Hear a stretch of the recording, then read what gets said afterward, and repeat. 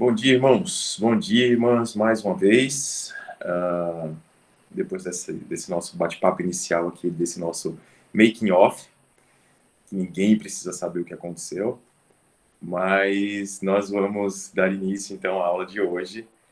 E a proposta é estudarmos um pouco de Apocalipse, capítulo 5. Capítulo muito interessante, muito legal, como toda a palavra de Deus, mas esse capítulo tem algumas questões muito bacanas, assim, da gente pensar, de estudar. Vou ler o texto primeiro, depois a gente ora, e aí a gente começa, se o Senhor assim permitir. Vamos acompanhar aqui a leitura, Apocalipse capítulo 5. Nos diz assim o texto, né? Então vi na mão direita daquele que está sentado no trono um livro em forma de rolo, escrito de ambos os lados, e selado com 7 selos. Vi um anjo poderoso, proclamando em alta voz: quem é digno de romper os selos e de abrir o livro? Mas não havia ninguém, nem no céu, nem na terra, nem debaixo da terra, que pudesse abrir o livro ou sequer olhar para ele. Eu chorava muito, porque não havia ninguém que fosse digno de abrir o livro e de olhar para ele. Então um dos anciãos me disse: não chore. Eis que o leão da tribo de Judá, a raiz de Davi, venceu para abrir o livro e os seus 7 selos. Depois vi um cordeiro, que parecia ter estado morto, em pé, no centro do trono, cercado pelos 4 seres viventes e pelos anciãos. Ele tinha 7 chifres e 7 olhos, que são os 7 Espíritos de Deus enviados a toda a terra. Ele se aproximou e recebeu o livro da mão direita daquele que está assentado sobre o trono. Ao recebê-lo, os 4 seres viventes e os 24 anciãos prostraram-se diante do cordeiro. Cada um deles tinha uma harpa e taças de ouro cheias de incenso, que são as orações dos santos. E eles cantavam um cântico novo. Tu és digno de receber o livro e de abrir os seus selos, pois foste morto, e com teu sangue compraste para Deus gente de toda tribo, língua, povo e nação. Tu os constituíste reino e sacerdotes para o nosso Deus, e eles reinarão sobre a terra. Então olhei e ouvi a voz de muitos anjos, milhares de milhares e milhões de milhões. Eles rodeavam o trono, bem como os seres viventes e os anciãos, e cantavam em alta voz: digno é o cordeiro que foi morto, de receber poder, riqueza, sabedoria, força, honra, glória e louvor. Depois, ouvi todas as criaturas existentes no céu, na terra, debaixo da terra e no mar, e tudo o que neles há, que diziam: àquele que está sentado no trono e ao Cordeiro sejam o louvor, a honra, a glória e o poder para todos sempre. Os 4 seres viventes disseram: amém. E os anciãos prostraram-se e o adoraram. Irmãos, que texto lindo, meu Deus. Vamos orar? Senhor, Tu és digno, Senhor. Tu és o Cordeiro de Deus, Tu és o Cordeiro Santo de Deus. Tu és o único digno de receber, de abrir e de julgar todos os povos, tribos, raças, línguas e nações. Tu és o Deus vivo. Tu és, Deus Pai, aquele que está sentado sobre o trono. Tu és, Deus Filho, aquele merecedor de tomar o livro pelas mãos e de manifestar o seu poder sobre toda a terra. Ao que é digno de receber a honra, a glória e o louvor pelos séculos dos séculos, seja a nossa oração e a nossa adoração, desde agora e para todo sempre, Senhor. Oramos gratos pela Tua palavra, que por si só nos edifica. E pedimos, ó Deus, a ação do Teu Espírito Santo sobre as nossas vidas, a fim de que nós possamos compreender a palavra santa do Senhor. Pedimos que nessa manhã o Senhor nos conceda entendimento, sabedoria, discernimento, Pai. Nos dê a capacidade de ouvirmos e retermos a Tua palavra para que possamos aplicá-la às nossas vidas. Não nos deixe viver uma teologia fria, vazia, mas que aquilo que for compartilhado nesta aula, vindo da palavra do Senhor, sendo condizente com a Tua santa palavra, Senhor, que nós possamos pôr em prática a partir de já e jamais nos esquecermos. Oramos, Senhor, e te damos graças, pedimos a Tua intervenção sobre nós, sobre cada aluno, sobre cada participante, sobre cada professor, para a glória do Senhor, em nome de Jesus. Amém. Vamos começar a passar a palavra para os professores, para que eles possam fazer suas considerações iniciais e para que a gente possa dar sequência, então, no compartilhar desse capítulo, ok? Apenas considerações iniciais. Vamos lá. Irmã Valdinete, bom dia, minha irmã, paz. Bom dia, paz. Logo no início já me lembra aquele hino. Tu és digno, tu és digno, tu és digno, Senhor. Digno de glória, glória e honra, glória e honra e poder. Pensei que ia continuar, pois tu criaste sim todas as coisas, todas as coisas, Senhor, por tua vontade foram criadas. Tu és digno, Senhor. Confesso que também me lembro dele toda vez que leio, minha irmã. E é lindo demais esse hino, meu Deus. Verdade. Na verdade, esse texto nos faz lembrar vários cânticos, né? Porque ele como diz Hernando Dias Lopes, é um livro apoteótico, né? Esse texto é lindo demais a gente contemplar, porque no capítulo 4 o Criador foi glorificado. E agora, no capítulo 5 a gente vê o Redentor sendo glorificado, sendo exaltado, o Cordeiro de Deus. Muito bom, que bênção, que bênção. Falar para Juliana começar a te escalar na equipe de cânticos, tá, minha irmã?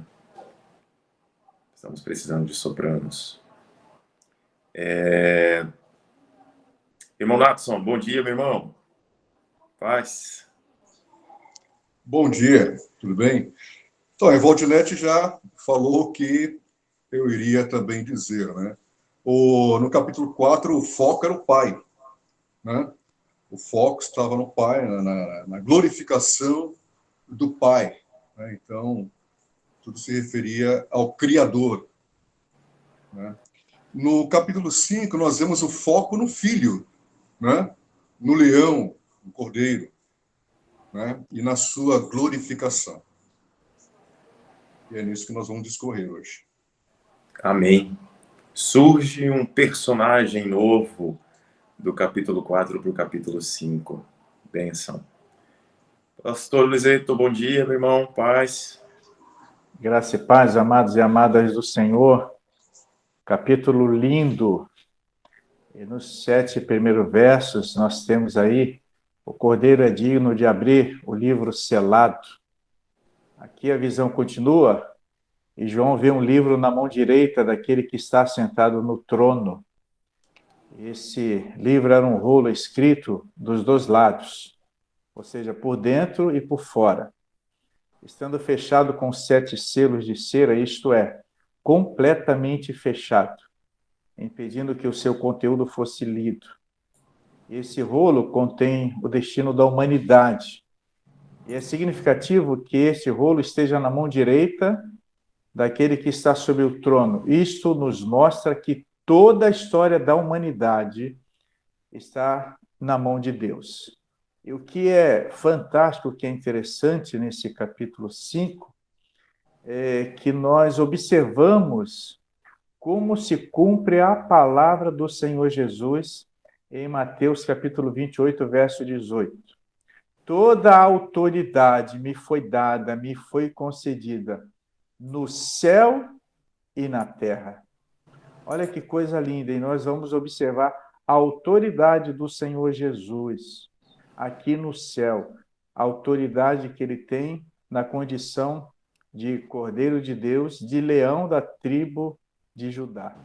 E entendo que há de ser um estudo extremamente edificante nessa manhã. Amém. Vamos começar então pensando naquilo que o próprio João vai começar a descrever aqui, né?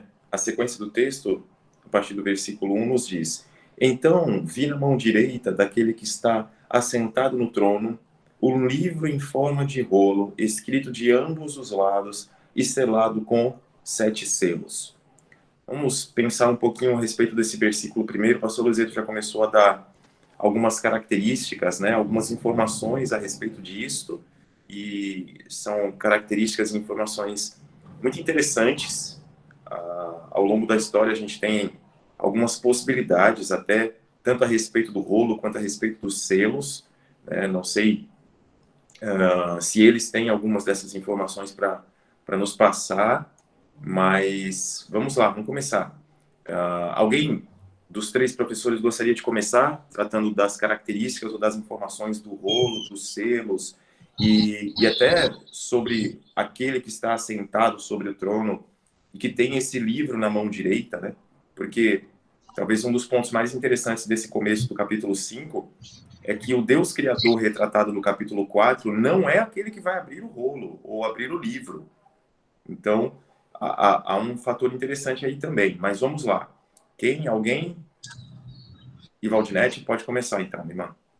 Eu quero destacar a questão assim da mão direita, né? Que a mão direita ela sugere posição de grande importância. Ela representava a bênção do primogênito lá em Gênesis 48, de 13 ao versículo 18.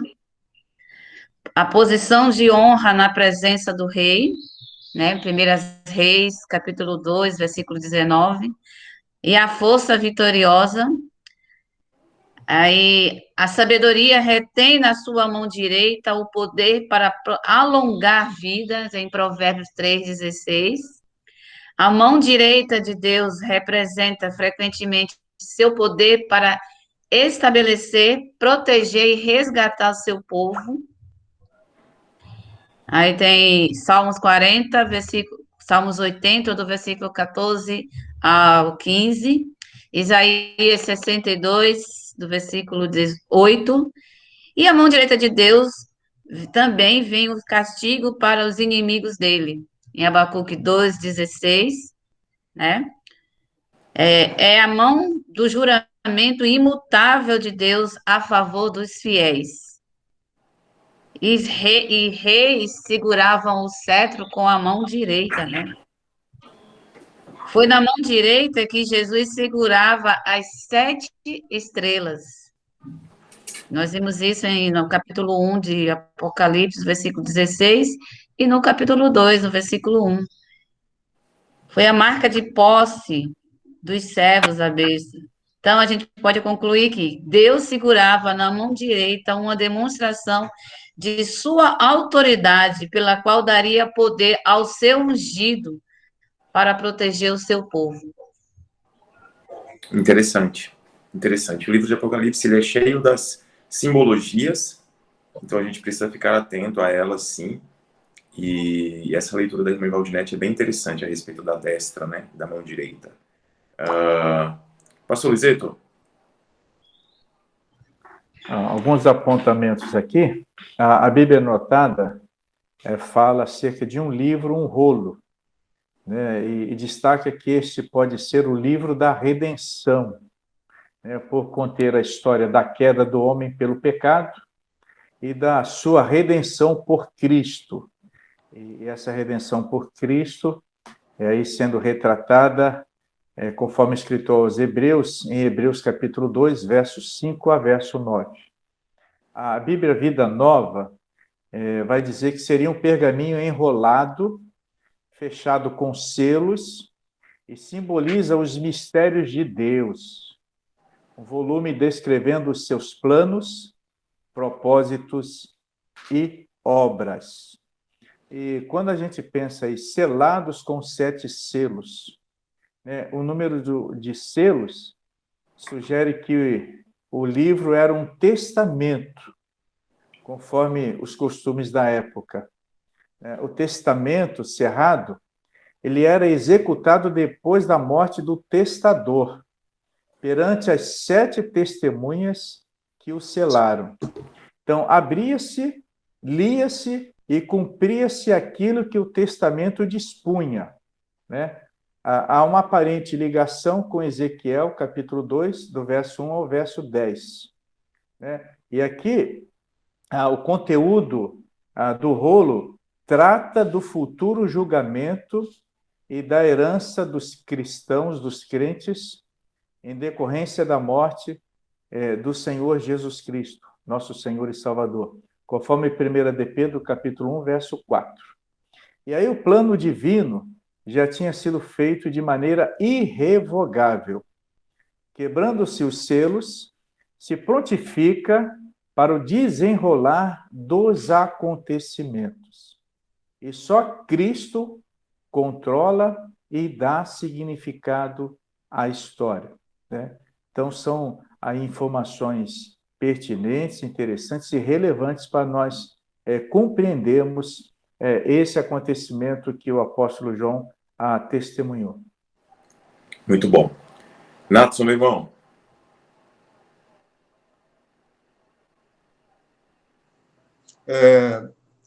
Essa parte do rolo e dos selos me lembra algumas coisas sobre Jesus, né? Uma delas é João falando assim, né? Sem ele, nada do que foi feito se fez. Né? Eu me lembrei dessa passagem. Uma outra coisa que eu lembrei também, mesmo em Apocalipse, foi aqui na carta a Laodiceia, o versículo 14, que diz assim: e ao anjo da igreja que está em Laodiceia escreve: isto diz o Amém. O Amém. Né? O que significa Amém? Significa assim seja. Né? Ou melhor, faça-se a tua vontade. Então eu vejo Jesus abrindo, sendo digno de abrir cada selo, de abrir o rolo e ir abrindo cada selo. E como o pastor disse, eu creio que a Ivaldinete também, neste rolo continha-se a vontade de Deus. A vontade de Deus. E ninguém, além de Jesus, tinha a dignidade e o poder de fazer de maneira perfeita, né? São 7 selos, né? Lembrando aí 7 de vontade perfeita, né? De fazer de maneira perfeita a vontade de Deus. Então, nele, cumpre-se, então, o Amém, ou seja, seja feito. Né? Assim como a criação, Deus criou, mas segundo a Bíblia, e nós entendemos isso na palavra de Deus, criou através de Jesus, porque ela diz, sem ele, nada do que foi feito se fez. E aqui a vontade de Deus também, em Apocalipse, ela vai se cumprir através de Jesus, tanto para a salvação dos homens, como para a perdição ou julgamento dos perdidos. Né? Uma outra coisa que nós podemos também ver em relação ao rolo, né? Ele está escrito por dentro e por fora. Nas minhas pesquisas aqui, eu também vi alguém comentando sobre a possibilidade de você entender a palavra revelada nas Escrituras e também fora delas. Seriam os sinais dos tempos, né? Dito por Jesus. Tá? A questão dos selos, né? Nós podemos lembrar que na época antiga, os reis tinham esse costume de enviar uma carta e só quem era o destinatário é que podia abri-la. E nós percebemos aqui que não houve intermediário entre Deus e Jesus. Deus dá diretamente a sua carta na mão de Jesus. Não houve intermediário entre os dois, né? Só ele, então, é digno de saber, de conhecer perfeitamente a vontade de Deus e executá-la.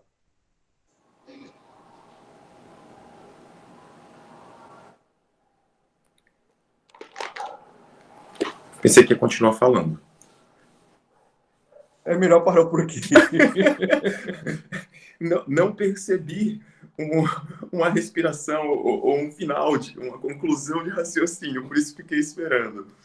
Irmãos, o pastor Lezeto mencionou o texto de Ezequiel capítulo 2, versos 9 e 10. Eu quero lê-lo, porque junto a Isaías e a Jeremias, e também a Daniel, esses textos trazem um excelente plano de fundo para a gente aqui, da cena que está sendo descrita em Apocalipse capítulo 5, tá bom? Eu vou ler pelo menos Ezequiel capítulo 2, versos 9 e 10, e aí depois vou dar as referências dos outros textos, e aí os irmãos podem ler depois com um pouco mais de calma. Ezequiel 2, versos 9 e 10, nos dizem: Então olhei e vi a mão de alguém estendida para mim. Nela estava o rolo de um livro, que ele desenrolou diante de mim. Em ambos os lados do rolo estavam escritas palavras de lamento, pranto e ais. A visão de Ezequiel aqui, que acontece no seu chamado, é uma visão de julgamento, de justiça, e a gente entende, né, que isso está totalmente de acordo com a proposta do livro de Apocalipse. Talvez não tão especificamente do capítulo 5, a gente ainda vai tratar sobre esses pontos, mas com certeza faz parte da proposta do livro de Apocalipse em si, tá bom? As outras referências são Daniel 12, versículo 4, Isaías 29, versos 11 e 12, e Jeremias 36, versículo 1 ao verso 25, ok? Eu quero trazer também algumas outras informações aqui a respeito do livro ou desse rolo, né, que João descreve. Primeiro ele usa a palavra grega biblion, né? A gente provavelmente vai lembrar da nossa Bíblia. E era um rolo, um manuscrito feito de tiras de papiro, né, estendidas ali, folhas de uma planta, estendidas uma sobre a outra.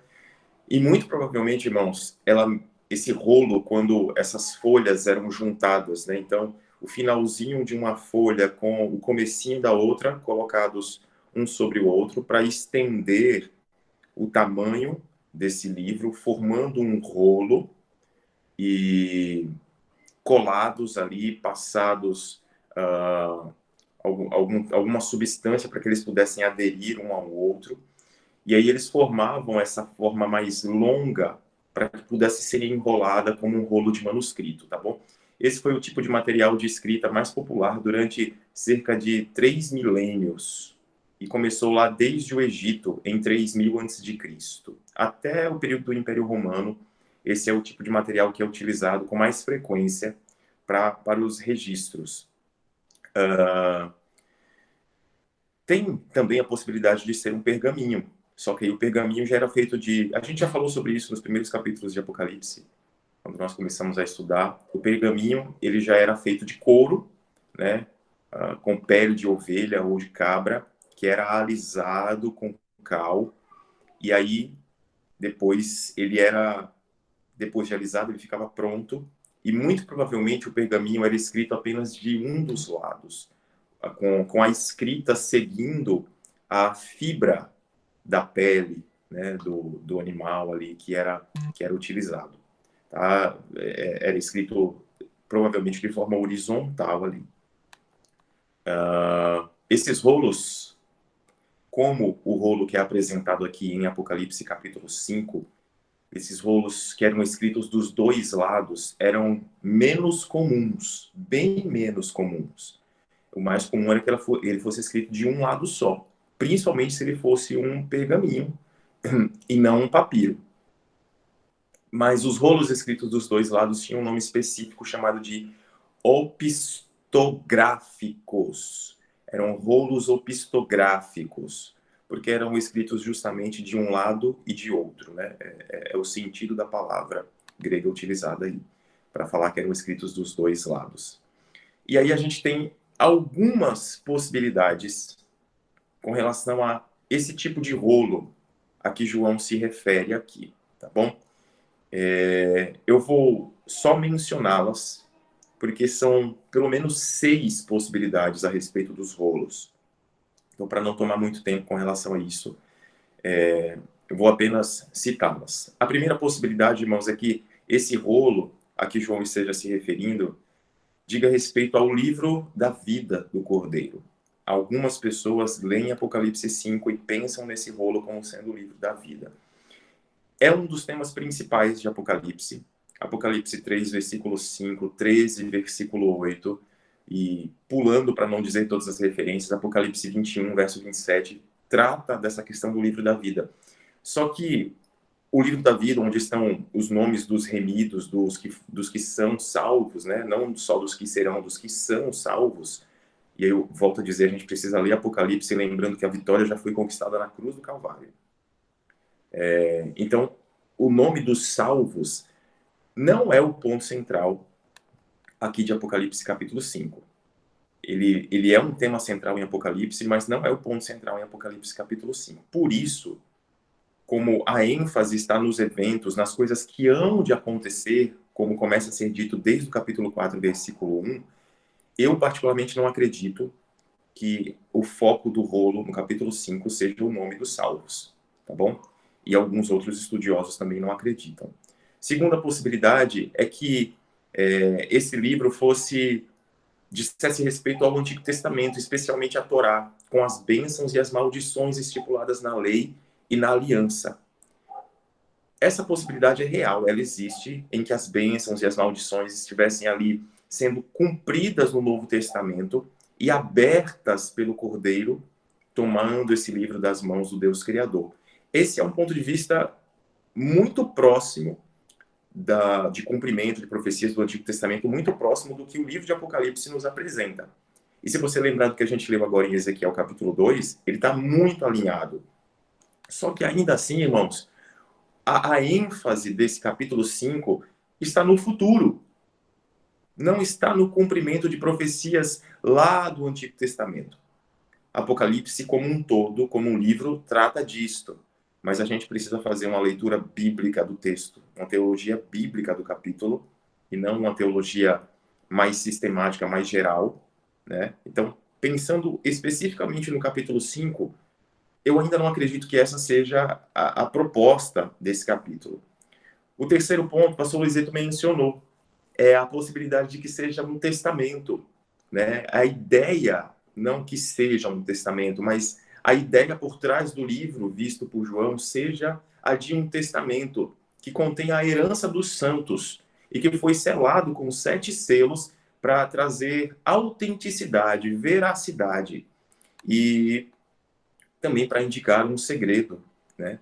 De que só será aberto por aquele que deve abrir. Então, o pastor Luizito mencionou, a pessoa fazia um testamento, colocava ali as suas últimas vontades nesse rolo, por fim esse rolo era selado, provavelmente com a presença de 7 testemunhas, que depois participariam também da abertura desse testamento, quando evidentemente, o realizador tivesse falecido, né? E nessa abertura, os bens, as posses, a herança seria concedida e revelada. É uma opção muito possível mesmo, mas, volto a dizer, o capítulo 5 não está focando muito em herança. Então a gente precisa olhar para o capítulo 5 e dizer assim, olha, acho que o foco não é a herança. A proposta parece caminhar mais para alguma outra linha. Mas, evidentemente, parece que João também tem esse aspecto de herança ou de testamento aqui em sua mente, tá? Há quem acredite na possibilidade de fazer menção a uma carta de divórcio que era dobrada e assinada do lado de fora pelas testemunhas. E quem pensa dessa forma, olha para esse rolo aqui de Apocalipse 5, pensando na infidelidade do povo de Israel, retratada desde o Antigo Testamento, e principalmente lá em Êxodo, né? Então, quem crê na possibilidade desse rolo fazer menção de uma carta de divórcio, acredita que o Senhor está se divorciando de Jerusalém, uma Jerusalém que apostata, né, que se desvia do seu propósito principal, que é infiel, e que o Senhor está se unindo à noiva, que o Senhor está se unindo à igreja. Irmãos, acho muito difícil essa possibilidade, muito difícil. Mesmo porque, lendo Romanos, por exemplo, a gente percebe que o Senhor nunca se divorciou de Israel. Pelo contrário, o Senhor promete salvar os remanescentes de Israel. Então, a despeito da igreja ser a noiva de Cristo, né, apresentada no Novo Testamento, não vejo margem para a gente acreditar num divórcio. Divórcio sempre é abominado por Deus, quanto mais o divórcio do próprio Deus para com o seu povo escolhido. Não vejo muito sentido. Há quem acredite na quinta possibilidade de que seja um título de compra ou de propriedade selado com esses 7 selos e com uma descrição do conteúdo na parte de fora. Então, era algo comum no mundo antigo, era usado pelos egípcios, usado pelos gregos e pelos romanos. Era um contrato de compra e venda em que... Então, meu irmão, é o que eu acabei de falar, né? Deus nunca se divorciou de Israel. Não vejo nenhuma margem bíblica para isso. Estou apontando o que algumas pessoas acreditam, né? Possibilidades. Era usado pelos romanos, era um contrato de compra e venda, queridos. Então, comprei uma propriedade, comprei um povo, um escravo, comprei algum bem. E aí eu faço uma nota fiscal, digamos assim, né? Um certificado de compra e venda, registro aquilo e selo para que seja oficial aquele processo. Também não vejo muito sentido. Aliás, faz um certo sentido, né? Mas ainda não vejo que seja o centro do capítulo 5, tá bom? Ele se encaixa no conteúdo do capítulo 6, no capítulo 20, essa propriedade, né? Certificado de compra e de venda, mas ele ainda não é completo no entendimento do capítulo 5. E aí, por fim, a sexta e última possibilidade é de que um livro celestial contendo o plano de Deus de redimir, de salvar, de completar a sua obra redentora, seja desde a história da criação até todo o cumprimento desse plano perfeito de Deus. Eu não consegui ler o que a Amanda escreveu, já leio, já comento, tá, Amanda? Só um minutinho. Então, a sexta possibilidade apresentada aqui, né, dentro dos estudos, é de que seja um livro celestial que contém o plano de redenção de Deus e a sua história futura, desde a criação. Trazendo aí também alguns detalhes da profecia de Apocalipse, o que era muito comum nessa cultura judaica. E aí, queridos, juntando todas essas possibilidades, o que eu particularmente entendo é que existem, dentro dessas 6 possibilidades aqui, existem possibilidades mais plausíveis, mais viáveis. E que o mais saudável para nós, nesse nosso estudo, nesse nosso entendimento, talvez seja conciliar algumas dessas possibilidades, porque nenhuma delas é perfeita no seu entendimento. Mas algumas delas fazem muito sentido, pensando no capítulo 5 e pensando em Apocalipse como um todo. Então, a ideia de um livro celestial falando sobre o cumprimento da redenção, que foi a última, aqui a sexta opção, a ideia de um certificado de compra e venda daquilo que Deus comprou pelo seu sangue através de Jesus Cristo, né? Ele comprou para si povos de toda língua, tribo e nação. Ele comprou pelo precioso sangue, e isso está escrito num livro. Ele também nos dá a ideia de que há uma herança dos santos aqui guardada, separada para nós, e ele também nos dá a ideia das bênçãos e maldições que foram estipuladas pela lei lá na aliança. Então, acho que dá para a gente fazer um bem bolado dessas opções e dizer assim, olha, algumas delas fazem muito mais sentido, outras nem tanto, como, por exemplo, o divórcio do Senhor para com Israel. Deixa eu só olhar aqui o que a Amanda comentou, para ver se a gente segue nisso, né? O selo também traz a ideia de secreto, sem sombra de dúvida, minha irmã. O selo provavelmente era ali uma cera derretida. Há alguns que acreditam que fosse alguma espécie de barro também, que podia ser utilizada. E era marcado com um anel de selar para autenticar, né, aquele livro, e para impedir a abertura por quem não era devido.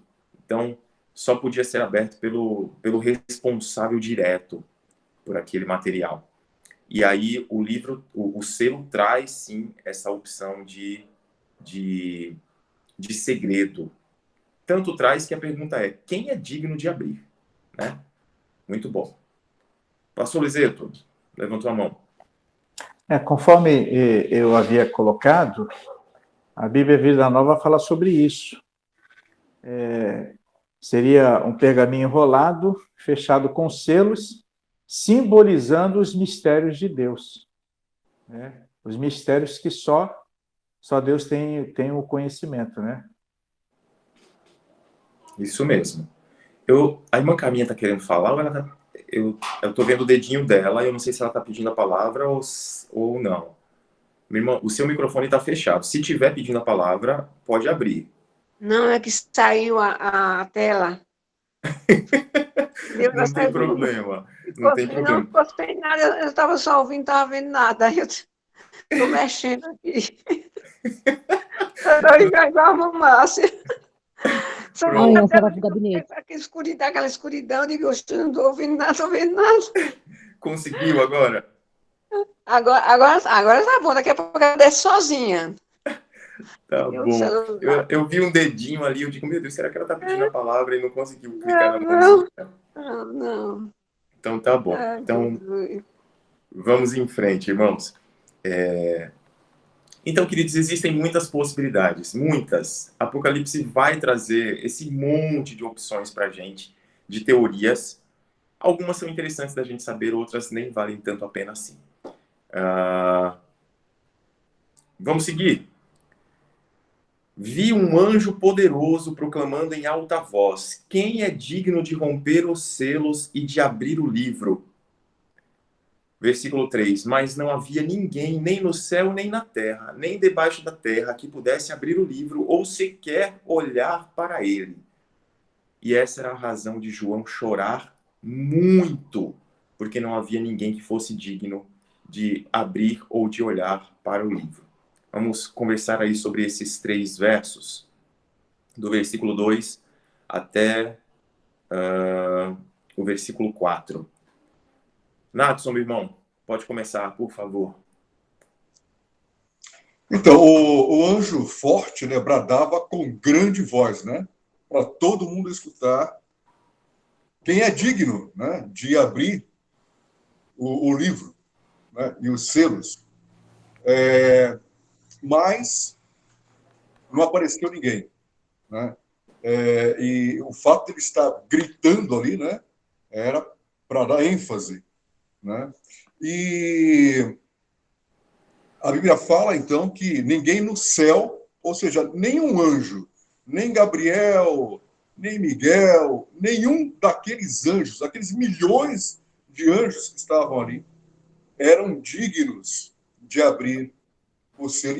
E não fala só de abrir, não, né?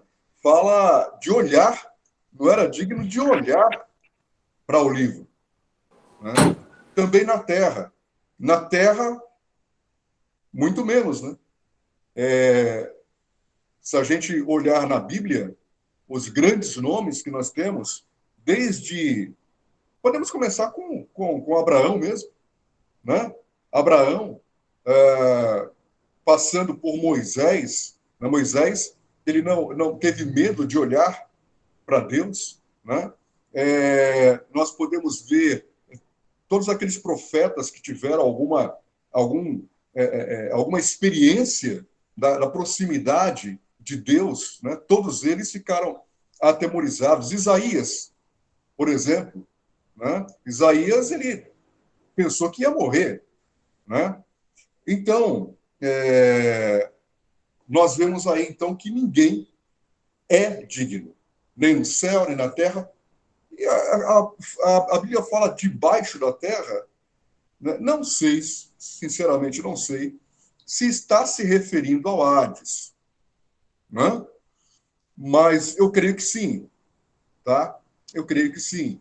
Então, muito menos, né, os demônios, né, Satanás, demônios e os perdidos, né? Então, assim, ninguém mesmo poderia abrir o selo. E isso ficou bem claro. Então, para realizar a vontade perfeita de Deus, e essa vontade perfeita de Deus incluía a salvação dos homens, né?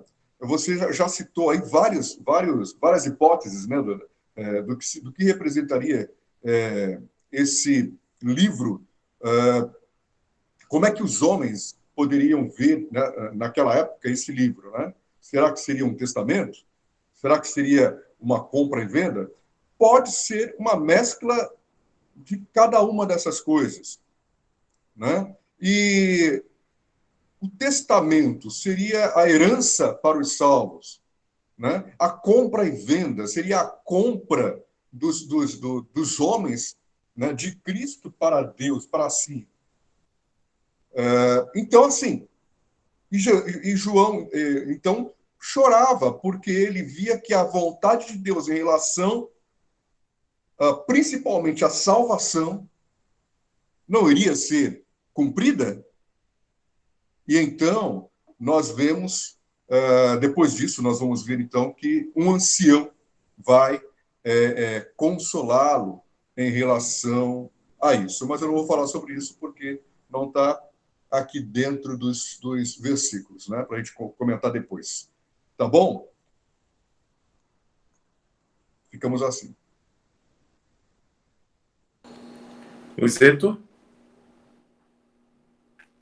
Ok.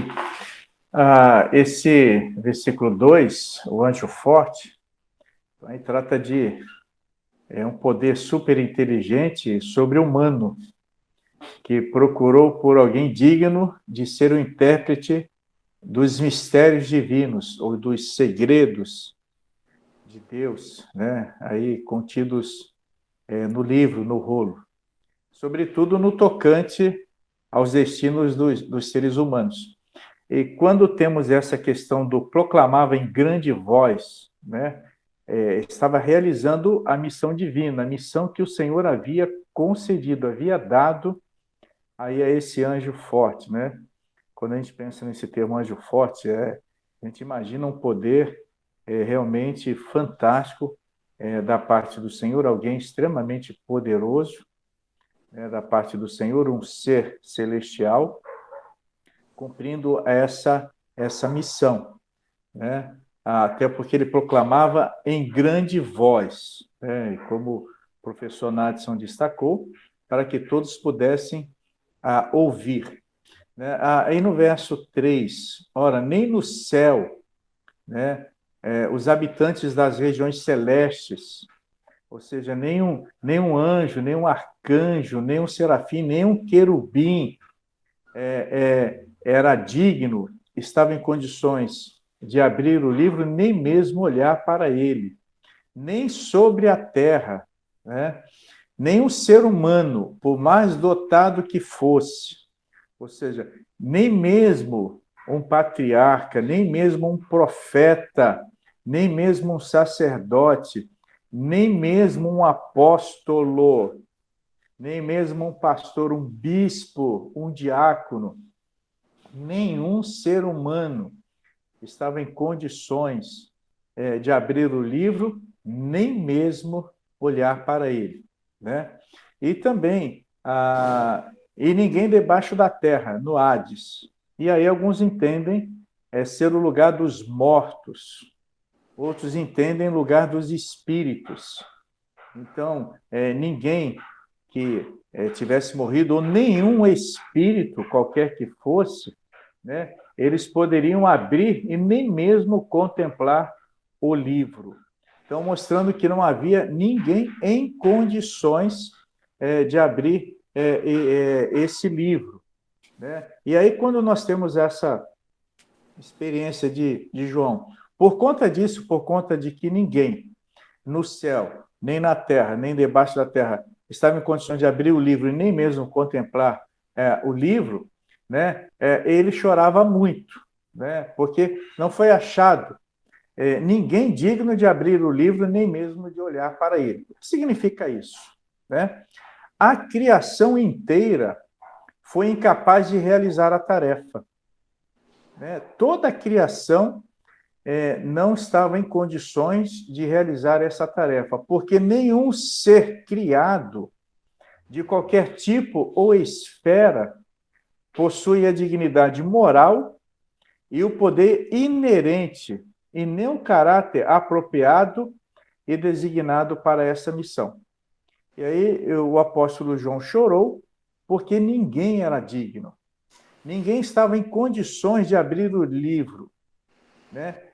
E era natural a sua tristeza, porque no livro estavam os segredos dos destinos dos homens.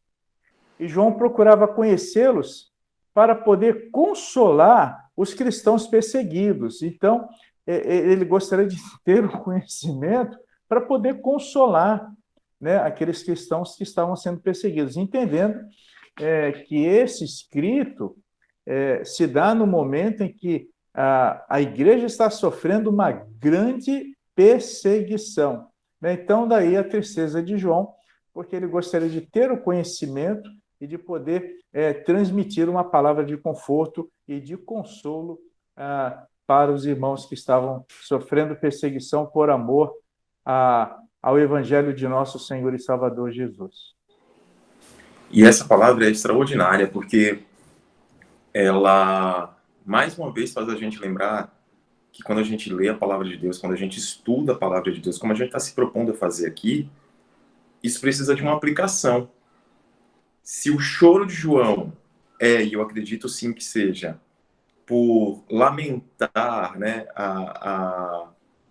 um argumento para consolar o povo que sofria em meio à perseguição, então a gente percebe que Apocalipse, à medida que a gente lê, que a gente entende a dignidade do Cordeiro de estabelecer o juízo, a justiça, de reinar, sendo o único digno de abrir o livro de Deus, seja o que for que esteja contido nesse livro de Deus, como a gente viu tantas opções, é motivo de consolo para nós nos dias de hoje. O mesmo consolo que João tentava levar para o povo ali na Ásia, irmãos, e para os irmãos perseguidos.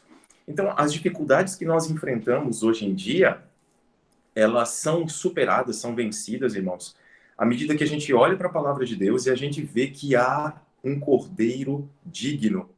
A gente vê que há alguém que foi encontrado por Deus e não houve uma busca extensiva, não, viu? Diz assim, vamos esquadrinhar toda a terra, mar e debaixo da terra, no céu, para ver se a gente acha alguém. Não. Os olhos do Senhor simplesmente passaram e disseram assim, não há ninguém. Mas existe alguém que é capaz. E esse alguém é o próprio Filho de Deus. E isso é maravilhoso. Ele está no controle. Se no capítulo 4 a gente viu o Deus da criação no trono, agora a gente vê o Cordeiro de Deus, a gente vê o Filho unigênito assumindo o seu lugar nesse processo de fim dos tempos, né? E isso é maravilhoso, é motivo de consolo para as nossas vidas. Precisa ser. O irmão Beto levantou a mão. Betinho. Bom dia, povo.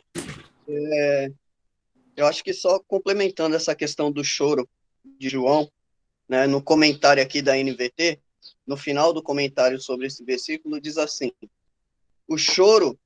seu choro ressalta o valor da revelação antecipada, né? Seu choro, o choro de João, ressalta o valor da revelação antecipada.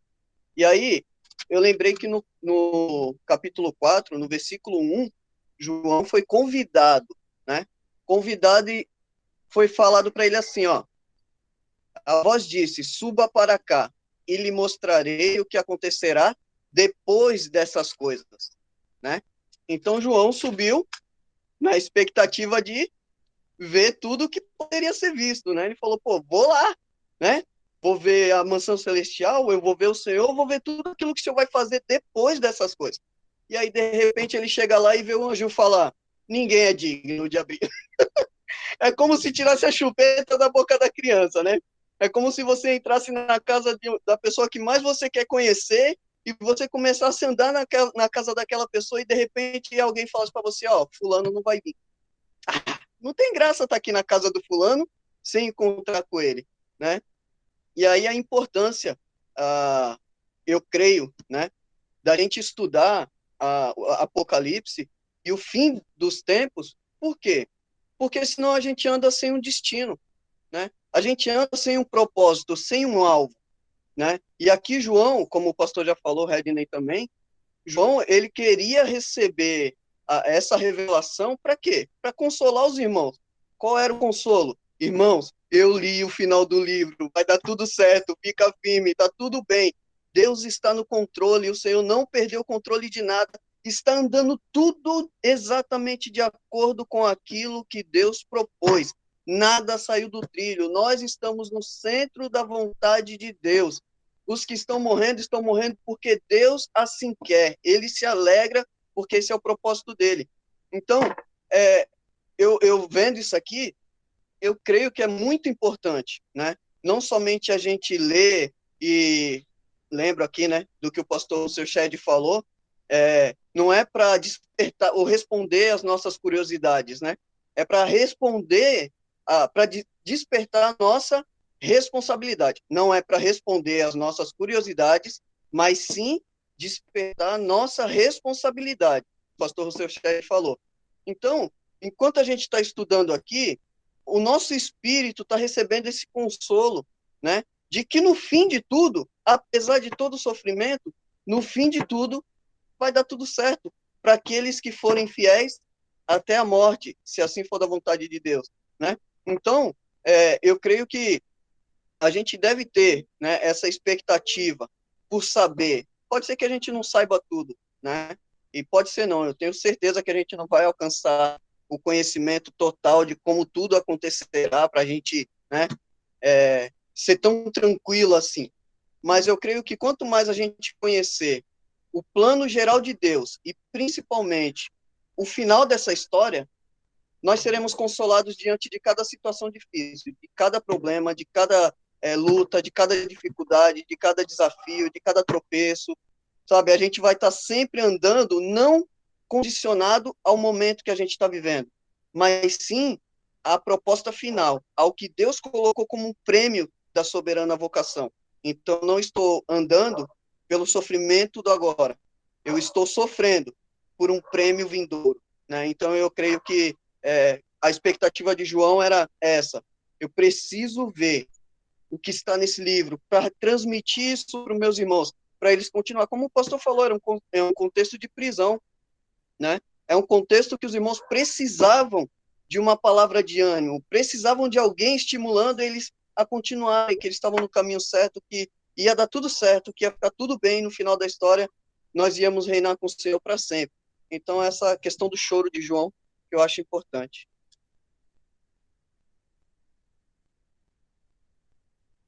Você levantou a mão? Sim, sobre essa fala do irmão José Roberto com relação ao conhecimento, o apóstolo Paulo fala isso em 1 Coríntios capítulo 13, no verso 9, e no verso 12. Porque em parte conhecemos e em parte profetizamos. Porque agora vemos por espelho em enigma, mas então veremos face a face. Agora conheço em parte, mas então conhecerei como também sou conhecido. Né? Então, por mais que nós nos apliquemos ao estudo, né, nós vamos ter o conhecimento de que Deus está no controle. Não teremos todas as respostas. Por isso que nós colocamos, segundo os estudiosos, segundo essa compreensão, analisando o contexto. Agora, por mais que a gente estude, né, quem conheceu a mente do Senhor? É uma pálida ilustração daquilo que o Senhor vai revelar de forma completa a nós. E nós só teremos esse pleno conhecimento quando estivermos em sua maravilhosa e augusta presença nas mansões celestiais. Amém. Eu concordo com a fala do Beto, né, pelo menos do comentário que a NVT trouxe. O texto original aqui ele vai trazer para nós a ideia de um choro de lamento de João. Não é um choro simplesmente de tristeza ou de decepção, é um choro de lamento profundo e de frustração. Porque, queridos, João não está simplesmente levando consolo para outras pessoas. O próprio João precisa de consolo. Ele está à beira da morte. E ele foi chamado no capítulo 4, versículo 1, para ver as coisas que acontecerão. Então, a expectativa de João para o seu próprio coração, para o seu próprio consolo e para o consolo daqueles que receberão esse livro, né, é levar esse consolo através justamente da conclusão da obra da redenção. E aí, quando João se depara com essa cena de que o livro não poderia ser aberto porque não existia alguém digno de abri-lo ou de sequer olhar para ele, como o texto pode nos apresentar, não só de abri-lo, como de olhar para ele, João fica frustrado. Ele diz, como assim? Como assim o reino de Deus? O reino de Deus, ou seja, o cumprimento do reino de Deus absoluto, pleno, que é exatamente as coisas que acontecerão, descritas em 4:1, como assim isso não pode ser visto, isso não pode ser demonstrado, isso não vai acontecer? Essa é a frustração de João. A frustração de João não é porque ninguém foi achado digno de abrir o livro. A frustração de João é que por ninguém ter sido achado, o cumprimento, o concretizar da vinda final do reino de Deus, né, do plano da redenção maravilhoso, perfeito, estava em suspensão. E aí isso gera em João uma frustração e um lamento terrível. Olha, se nós hoje, né, que temos toda a palavra de Deus à nossa disposição e sabemos exatamente o que nela está prometido e que acontecerá, também não experimentarmos um lamento, em certo sentido, na expectativa de que tudo isso aconteça, eu acho que a gente ainda não entendeu muito bem o que a palavra do Senhor nos apresenta. Porque a gente precisa olhar para tudo que está prometido, né, as coisas que acontecerão, e dizer assim, Senhor, o que é digno de abrir já foi encontrado. Ele, de fato, é digno. Mas nós ansiamos que tudo isso se cumpra. E a gente precisa orar, lamentar e trabalhar arduamente para que isso seja apressado, né? E para que realmente a obra da redenção seja concluída. É o meu entendimento desses fatos, tá? E Valdinete, minha irmã? Não, vocês já falaram tudo, né? É interessante que a gente vê mesmo esse choro de João e a gente olhando assim para o rumo que a humanidade está indo, está caminhando, a gente também ainda chora, né? Porque muitos ficam procurando cartomante, procurando informações sobre o futuro, sendo que tudo já está escrito, tudo já está determinado por Deus, e o único digno já foi encontrado. Jesus Cristo, o Cordeiro de Deus, que tem toda a autoridade para conduzir a história da humanidade, né? Perfeito, perfeito, minha irmã. E aí eu acho que, mais uma vez, a gente pode pensar na nossa figura como igreja, né? Porque quando João fica, eu vou usar a palavra desesperado, né? Mas quando João fica no lamento, na frustração, por não só não conhecer as coisas a respeito do futuro, mas por ter a impressão de que esse futuro não seria concretizado, né? Por não haver alguém digno, existe uma intervenção. Vamos ler o versículo 5? Existe uma intervenção. Veja só. Então, um dos anciãos me disse: não chore. Eis que o leão da tribo de Judá, a raiz de Davi, venceu para abrir o livro e os seus 7 selos. Irmãos, o papel desse ancião aqui é o papel de um consolador. E, sinceramente, acredito que é o papel da igreja, é o nosso papel. Porque existem muitas pessoas chorando, lamentando, e existem muitas pessoas que nem sequer choram ou lamentam ou pensam a respeito disso, e que precisam ser consoladas, encorajadas, despertadas, como João foi por esse ancião. E é o nosso papel como igreja do Senhor, dizer assim, olha, para os que choram, não chore. Há alguém digno e capaz de trazer a conclusão a essa história. Né? Não é uma história sem fim, não é uma vida sem propósito. Há um propósito, há um fim determinado para todas as coisas e há alguém que fará esse fim acontecer em breve. Então, irmãos, é o nosso papel. Eu, pelo menos, vejo como sendo o nosso papel.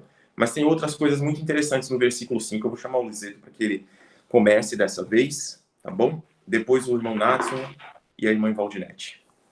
É interessante essa ênfase que você destacou com relação a Jesus. A missão da igreja é pregar o evangelho. Por isso, ide por todo mundo, pregar o evangelho a toda criatura. Né? Então, Jesus é a solução, Jesus é a resposta, Jesus tem a vitória, Jesus tem a resposta para o ser humano, Jesus é a vitória na vida do ser humano, Jesus é a resposta para a família do ser humano, Jesus é a vitória para a família do ser humano. Né? Essa coisa de a igreja ter esse papel de consolar, né? Seguindo o exemplo desse ancião, né? Um dos 24 aí, que esteve consolando João. Então, essa também é a missão da igreja, destacar, né, a pessoa de nosso Senhor e Salvador Jesus Cristo. Né? Quando ele diz, não chores, eis que o leão da tribo de Judá, a raiz de Davi, ou seja, Jesus Cristo, o Filho de Deus, o Senhor e Salvador, venceu para abrir o livro e os seus 7 selos. Né? Então, esse ancião consolou João dizendo que alguém poderia abrir o livro. Esse alguém, o leão da tribo de Judá, a raiz de Davi, que havia conquistado a vitória para poder desatar os selos. Ele estava em condições de desatar os selos porque ele havia conquistado a vitória sobre a morte, sobre o mal, sobre o pecado. E aí a Bíblia Vida Nova vai dizer o seguinte, os títulos aqui eles são messiânicos. Eles vinculam a obra de Cristo às profecias do Antigo Testamento. Aí conforme Gênesis capítulo 49, verso 9, Isaías capítulo 11, verso 1, né, o leão simboliza a majestade e a realeza soberana do Messias conquistador. Isso é de glorificar ao Senhor. Né? Então, o leão simboliza a majestade, a realeza e a soberania do Messias, que é conquistador, conforme Isaías, capítulo 11, verso 2 a verso 9. O leão da tribo de Judá, conforme Gênesis 49, 9. A raiz de Davi, olha que coisa linda, mostrando a linhagem real de Jesus, conforme Isaías, capítulo 11, verso 1 e o verso 10. E o Messias, né, o prometido, né, aquele que seria enviado pelo Senhor para realizar a obra, né, redentora, né, o Messias. João recebe a garantia de que Cristo é capaz de romper os 7 selos e abrir o livro ou o rolo, desencadeando assim também aí as pragas que viriam sobre aí os desobedientes, né? E aí quando nós temos esse termo, né? Ele venceu, né? Ele conquistou a vitória para poder desatar os selos, né? Venceu, ou seja, Cristo é o vencedor. Ele venceu o quê? Ele venceu a morte, ele venceu a hostilidade do mundo, ele venceu os corações dos seus seguidores e ele também conquistará o mundo inteiro. Então, essa visão consoladora vai enfatizar a autoridade e o poder que há em Cristo Jesus. E aqui, mais uma vez, nós destacamos as palavras do Senhor Jesus em Mateus capítulo 28, verso 18, quando ele diz: toda autoridade no céu e na terra me foi concedida, me foi conferida. E ele está falando isso depois dele ter morrido e ressuscitado, depois dele ter vencido o pecado, a morte, vencido o mal, e também conquistado os corações dos discípulos, dos seus seguidores. Ele declara que a autoridade foi conferida a ele no céu e na terra.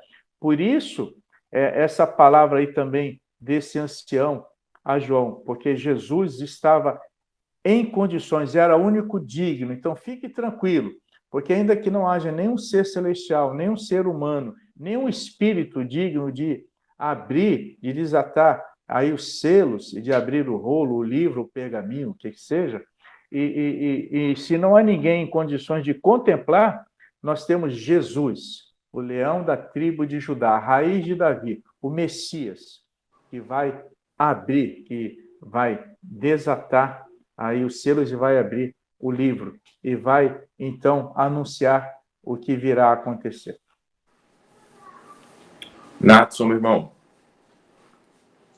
Então, chamando a atenção aqui para a questão da indignidade dos anjos, né? Chamando a atenção para a indignidade dos anjos. Falando dos anjos santos, né? Mesmo eles não eram dignos de olhar e nem de abrir os selos. Eles, sendo santos, não pecadores, né? Chamando a atenção para isso, mas lembrando do ser humano tentando, fazendo força diante de Deus para ser digno, né? Os anjos que estão diante de Deus não são. E o ser humano, né, tenta, pelas suas próprias forças, ser digno diante de Deus. E nós vemos aí, então, as promessas, né, de muitas filosofias e religiões tentando dizer ao ser humano que ele mesmo pode se autoaperfeiçoar, que ele pode chegar a um aperfeiçoamento. Mas a Bíblia mostra claramente, né, que o ser humano é indigno. Ora, se os próprios anjos são indignos diante de Deus, então imagine então, o ser humano, né, concordando com o que Paulo vai dizer aqui em Romanos 3, 23, né? Porque todos pecaram e destituídos estão da glória de Deus. Então, aquilo muitas vezes que é pregado e que é ensinado por algumas religiões, ou seja, a salvação pelas próprias forças, pela própria obra, né? Isso cai diante do que nós vemos aqui em Apocalipse, né? Não há ninguém digno. E os homens, muito menos, porque todos pecaram. E o salário do pecado é a morte. E falando sobre a questão do consolo que o ancião dá a João. Olha só, já foi falado sobre a questão dos anciãos na aula passada, né? Os 24 anciãos, né? Quem seriam? Ou o que representariam? Né? Ao meu ver, representam os 12 patriarcas e os 12 apóstolos, representando tanto a questão do povo judeu como a questão dos povos, né, gentios. Ou seja, em outras palavras, representando toda uma humanidade, só que dessa vez representando os salvos, tanto do povo judeu quanto do povo gentio. E olha só, quem é que consola João? Quem consola é o anjo. Nós vimos que um anjo forte, né, gritou e perguntou quem era digno. Mas agora, no desespero aqui de João, quem é que vai consolar? Não vai ser um anjo. Quem vai consolar vai ser um ancião. Vai ser um ser humano. Então, só um ser humano salvo, que conhece o Cordeiro e que sabe que o Cordeiro tem o poder de redimir e salvar, e é digno para isso, só mesmo um ser humano que tem esse conhecimento pode consolar outro ser humano que não tem, que ainda está em desespero, vamos dizer assim, né? Então, eu vejo assim, né? Só o ancião, né? Só alguém que conhece o Cordeiro, que sabe o poder do Cordeiro, para consolar outro ser humano, né? Estender a mão e dizer, olha, não chore, porque há um Cordeiro digno diante de Deus que pode, sim, estar não só olhando para o livro, mas abrindo o livro em cada um dos seus detalhes. Tá bom? Muito bom.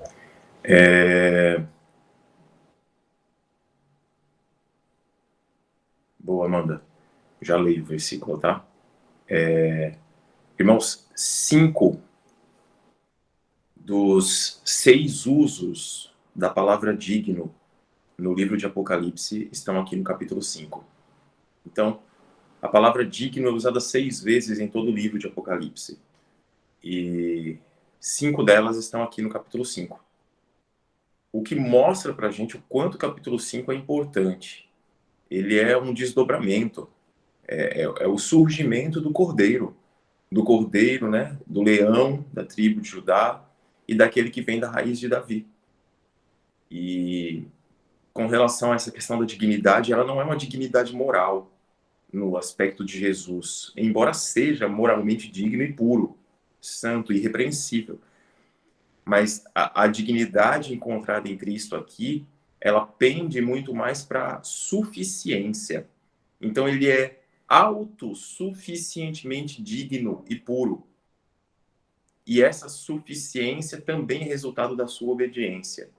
É maravilhoso ver a plenitude de Deus em Cristo Jesus, o que o torna totalmente digno, merecedor, poderoso, suficiente. Agora, a gente precisa pensar nessa dignidade com relação a nós também, né? Porque olhou-se e nenhum ser humano foi encontrado digno. De fato, nenhum seria. Ainda nenhum será. Mas nós precisamos ter uma vida digna. E o apóstolo Paulo fala sobre isso em várias das suas cartas. Vivam de forma digna do Evangelho de Cristo. O chamado do Senhor para nós é justamente para que nós desenvolvamos, pelo poder, pela ação do Espírito Santo de Deus, um caráter justo, digno, semelhante ao de Cristo, que foi achado digno de abrir o livro. Então, não somos, talvez, né, pensando assim, jamais seremos nesta terra, nesta vida, plenamente, suficientemente dignos. Mas devemos buscar o desenvolver de uma dignidade para nos assemelharmos àquele que foi achado digno. Só esse comentário. Vamos dar sequência aqui, irmã Valdinete. Por favor, seu comentário sobre o versículo 5. Só vou dar um destaque a 3 coisas aqui, tá? Vocês já falaram tudo. E a gente vê que aparece aí três figuras nesse versículo 5: leão, raiz e cordeiro. Né? O cordeiro, o Messias vencedor. E a gente vê Jesus é o Messias vencedor. Mas porque primeiro ele veio como um Messias sofredor, né? E os judeus, eles aguardavam o Messias vencedor. E aí, para a tristeza ou decepção, assim como eles entendem, ainda tem essa dúvida ainda, ele veio como Messias sofredor e eles aguardavam um leão, o leão da tribo de Judá, aquele que iria derrotar os seus inimigos, né? E ele veio como cordeiro, mas quando o leão é apresentado, é preciso que ele apareça como um cordeiro, porque o cordeiro morreu. E pode ser o leão, e é o leão que venceu todos os inimigos, venceu a morte, né? Derrotou o inimigo, o nosso maior inimigo. Amém. A figura do leão tem um simbolismo, né, de vitória, né, de vitória militar, de poderio e de majestade, como o Luizete colocou. Então, a raiz de Davi vem da descendência de Davi, não poderia vir da descendência de Saul, tinha que vir da descendência de Davi, porque vem da tribo de Judá. Enfim, é toda uma ligação. E aí a gente vai percebendo, irmãos, como Deus vai costurando, né, tão perfeitamente a obra da redenção.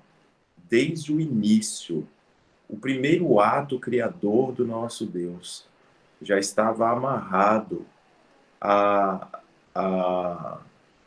ao cumprimento, né, ao cumprimento perfeito de todo o plano redentor. Nada aconteceu por acaso. Como o Senhor é maravilhoso. O Regner, Oi, minha irmã. aí a gente vê aquele versículo de Romanos, que por ele, para ele, né, são todas as coisas, né? Isso mesmo. A ele, pois, seja glória para sempre. Amém. Sempre amém. Irmãos, a gente está chegando aqui quase às 11 horas e 30 minutos, então a gente não vai conseguir terminar o capítulo 5, né? Não vou correr desesperadamente para perder os detalhes do texto. Vamos fazer aqui, deixa eu ver, versículo 6. Eu vou parar, não vou seguir, porque se eu entrar no versículo 6, ele vai pedir o versículo 7, né, que vai falar sobre a questão dos chifres, dos olhos e etc. Então, minha sugestão é que os professores tenham aí alguns instantes para fazer suas considerações finais, se eles quiserem, algum outro comentário, para que a gente pare por aqui e a gente retorne no próximo domingo, o Senhor assim permitindo, para seguir do versículo 6, então, até o versículo 14. Tá bom? E Valdinete, minha irmã, você quer começar? Ai, Deus.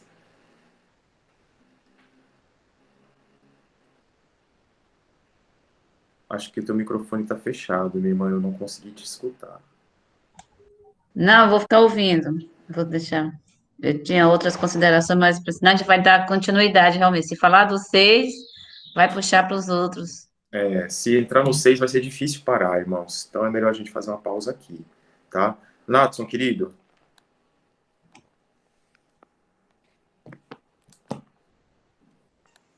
Então, até agora nós vimos a respeito de Jesus, né?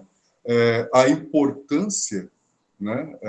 Como você falou, não apenas dignidade moral, mas porque ele é só ele mesmo, né?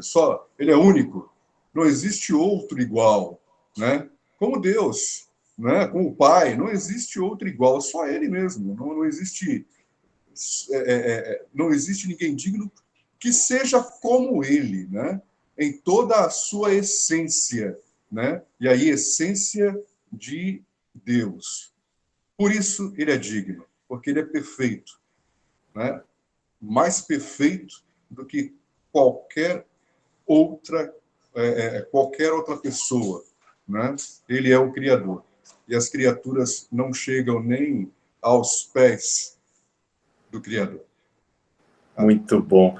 A Evaldinete não comentou nada agora no final, então, para finalizar depois da fala e da oração do pastor Liseto, eu vou pedir para ela cantar outra vez a música que ela começou cantando, que é linda, está totalmente de acordo com a palavra do Senhor aqui nesse capítulo, tá?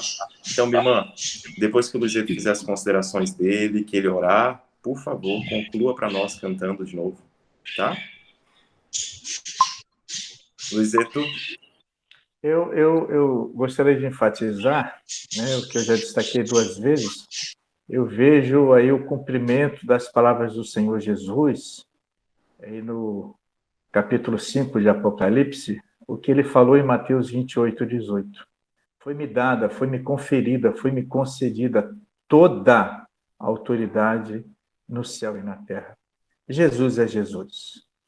Os demônios não resistem ao nome de Jesus. As enfermidades não resistem ao nome de Jesus. O pecado não resiste ao nome de Jesus, ao poder de Jesus. Jesus, ele é o alfa, ele é o ômega. Jesus é o Deus que se fez homem, que venceu a morte, venceu o mal, venceu o pecado, o único digno de abrir o livro, de desatar os 7 selos.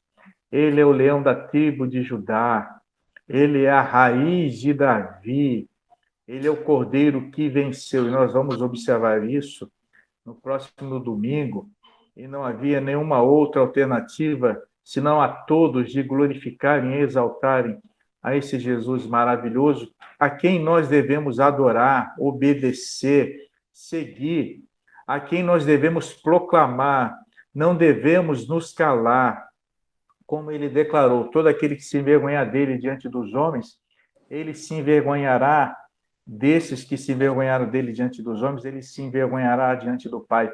Mas todos aqueles que o confessarem diante dos homens, todos serão confessados pelo Senhor diante do Pai Celestial. E a missão da igreja é levar Jesus. Vamos falar de Jesus, vamos proclamar o sacrifício de Jesus, a sua vitória sobre a morte e a certeza da vida eterna que ele oferece a todos que se arrependem dos seus pecados e reconhecem Jesus como Senhor e Salvador. Amém? Eu desejo que todos tenham aí em família almoços abençoados e abençoadores. E amanhã, irmã Edna, se o Senhor permitir, estarei indo à sua casa almoçar, viu?